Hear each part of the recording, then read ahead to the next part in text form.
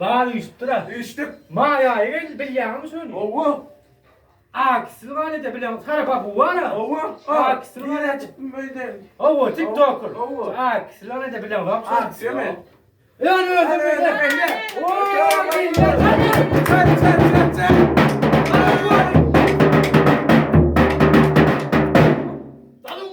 Aleyküm Ama selam. aksi var diyelim. Aleyküm selam. Hava mehriban adamlar. Yaydı şalık doğru aksiya var. Yani bizim tarafa bu klounlar toparmızı. Sünnet toylarımızı, doğulan günlerimizi ahli toyda varağımızı. Bizim toparmız, bizim toyumuzu soğuk günlü şartlıklı soğuya. Bizim yine Batman'ımız, klounlar, depçiler, sadanlar, davulçular toparmız. Maymuncuklar, papugaylar, ahli hizmetler gerek olsa bizde badır mehribanlar.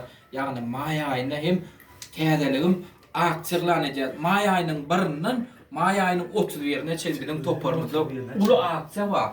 Yani şu 2 tane kloğun toyunu saatlayın çağırdan kaptırılın bir Batman saatına soğut mehriban adamlar. Başka da ken soğutlamaz. Biz bilen haberlaşıp bilirsiniz. Men telefon belgim 56 53 56. 56. 56. Mehribanlar. Anam bildirmek. Siz bilen toyumuzu, şovkunu soğumağım. Ben bilen. Tamam bu. Bu dep. Depçem soğuk. O depçem soğuk. Eğer ahli toyda var bebek çıktığın şovkunu saatlayın 3 saat tutsanız depçilerimiz klarnetçi soğkunu kloğunlarım sağdan toparlayıp soğuk beriyat mehribanlar. Biz bilen daşlaşma. Çay çay çay çay.